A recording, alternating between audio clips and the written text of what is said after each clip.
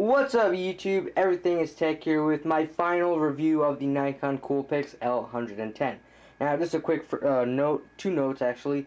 First off, I'm really sorry about the video quality. I mean, I'm using an outdated camcorder, so you pretty much kind of deal with the video quality. I'm really sorry about that.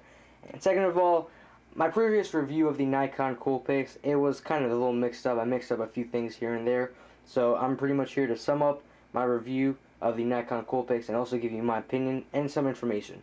So, first off, with the information, this is not a professional camera. I mean, this is a point-and-shoot camera, and point-and-shoot cameras are just the cameras that are above digital cameras. So, the first tier cameras are digital cameras, the second tier is point-and-shoot, and this is a point-and-shoot camera.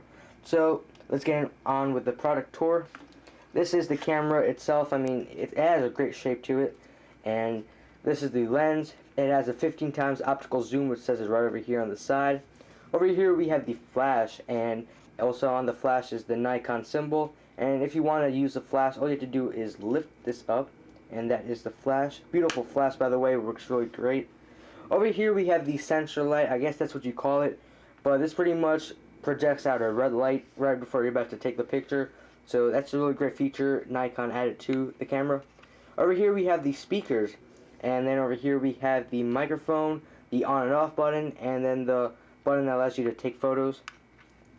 And over here on the side we have some of the specs of the camera and a little sticker that almost impossible to peel off. But you have a 12.1 megapixel camera, a 15 times optical zoom, uses 4 AA batteries for long life apparently, has a 3-inch LCD screen, and it has the capabilities of shooting HD movies in 720p. And over here it has a Coolpix series written right over there. And then right from there and extends pretty much to the back is the grip. Now I gotta say, with what Nikon did, Nikon actually had a little placeholder for your thumb, and with the grip all over your hand, I definitely gotta say this does not look like it's gonna fall off my hand. I can definitely get a really sturdy grip on the camera without me being scared that I might actually just drop it accidentally. So that's a really great feature of the camera, the grip. And then over here we have the flash button, and if this is red, that means the flash is off, and to turn the flash on you just have to lift it up. If that's green, that means the flash is lifted up and you're good to use flash. Over here, right next to the placeholder, is the video camera recorder, and all you have to do is click on that and it begins shooting your video within the next 2 seconds. And over here we have the camera mode, and this gives you many modes that you have to actually use with the camera. And if you use the easy auto mode, which is my favorite mode, all you have to do is pretty much have your camera still on whatever you want to capture. Let's say I want to take a picture of a tree and I really don't know what setting to use. Just hold your camera right by the tree, make sure it's on, and give it maybe 2 seconds, 3 seconds, so it kind of adjusts, and it automatically takes the mode to use. And all you have to do is click this button to take the picture, and it'll be, everything will be automatically set. That's really great. And over here we have the preview button, so it allows you to preview your photos and videos, which is really great. And over here we have the buttons of life, as they call it. So this pretty much allows you to mess around with the camera. Over here we have the flash button, so this allows you to turn on and off your flash. Over here we have the self timer, and this gives you 10 seconds, so that's pretty decent amount of time to get in a portrait or photo or a family photo. Over here we have the little settings of the photo, and over here we have the exposure. And exposure, it's really important if you're like a professional photographer. You can adjust the exposure, and many photographers enjoy doing that. And over here we have the menu button, and it allows you to just toy around with your camera. And then over here we have the trash button, and that allows you to delete your photos and videos. Over here we have the name of the camera series, Coolpix L110. Here is a 3-inch screen, really great, and it's pretty glossy, as you can probably see. You can probably see my window from there. And here we have Nikon. Turning this to the side, we have the HDMI and AV outputs, and also the USB. So the HDMI cable, you cannot use a standard HDMI cable to connect from the camera to the TV. You gotta buy a separate HDMI cable that you have to actually buy online, Amazon, or you can get it from a retail store from Best Buy. But that HDMI cable connector does not come with the camera, so keep that in mind when you buy it. And this is also the USB and AV connector. AV connector is pretty much the yellow and white cable, and here you can also connect your USB, so you can just connect the USB in and transfer your photos and videos right from the camera itself without removing the SD card. And put that back in. And in the bottom over here, we have some information. And this is the tripod holder, so you can connect this into your tripod. And here is the battery and SD card slot. So I definitely recommend having about 8 gigs. Not like, you can have as much as you want, 2 gigs, 4 gigs, 8 gigs, up to 16 gigs. I personally recommend having 8 gigs so you can take a decent amount of photos and videos. So unless if you don't have a camcorder, so I recommend an 8 gig, my personal recommendation.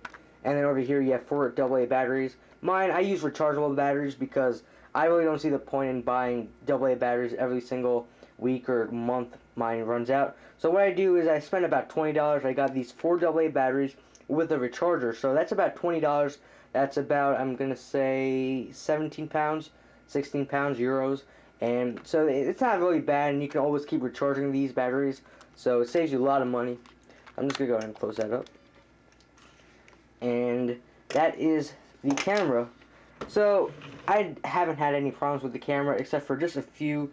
One of the problems is my SD card. Now, I mean, I have 2 SD cards. I have a 2 gig and I have an 8 gig. So if my 8 gig fills up, I go use my 2 gigs as my secondary one.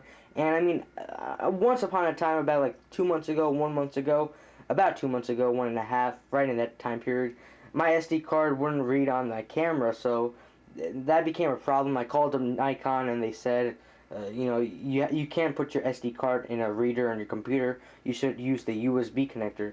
And I mean, I was kind of astonished. That never happened to me before. It was the one time that happened. And apparently it said my SD card was locked, even though it was not. So that was a little issue, but that got fixed. I mean, now I don't have any problems with it. That was the only one problem I ever had that was kind of scary. And that pretty much forced me to call Nikon right from the back. So that's the only problem I actually had to call Nikon for. Otherwise, I've had no other problems with the cameras. It's shut down on me once or twice while taking a photo, and that's normal. I mean, that's because it just goes into sleep mode, and I really didn't know about it for maybe the first 2 to 3 months I had it, but I kind of figured it out that if I'm not using the camera for about 10 seconds, it automatically goes to sleep mode, which is really great to save your battery. So that's pretty much it. I mean, if you're looking for a good point and shoot camera, this is the one you should choose. It's really great. And for the AA batteries, I definitely think it's great. Many people don't think it's great. I definitely think it's great because say you're on the road and your rechargeable batteries, or your rechargeable battery if you're using a digital camera, runs out, you have to charge your battery again. And with the AA batteries, if yours runs out, you could just go ahead, stop by in the store, which is maybe about every mile or two on the road.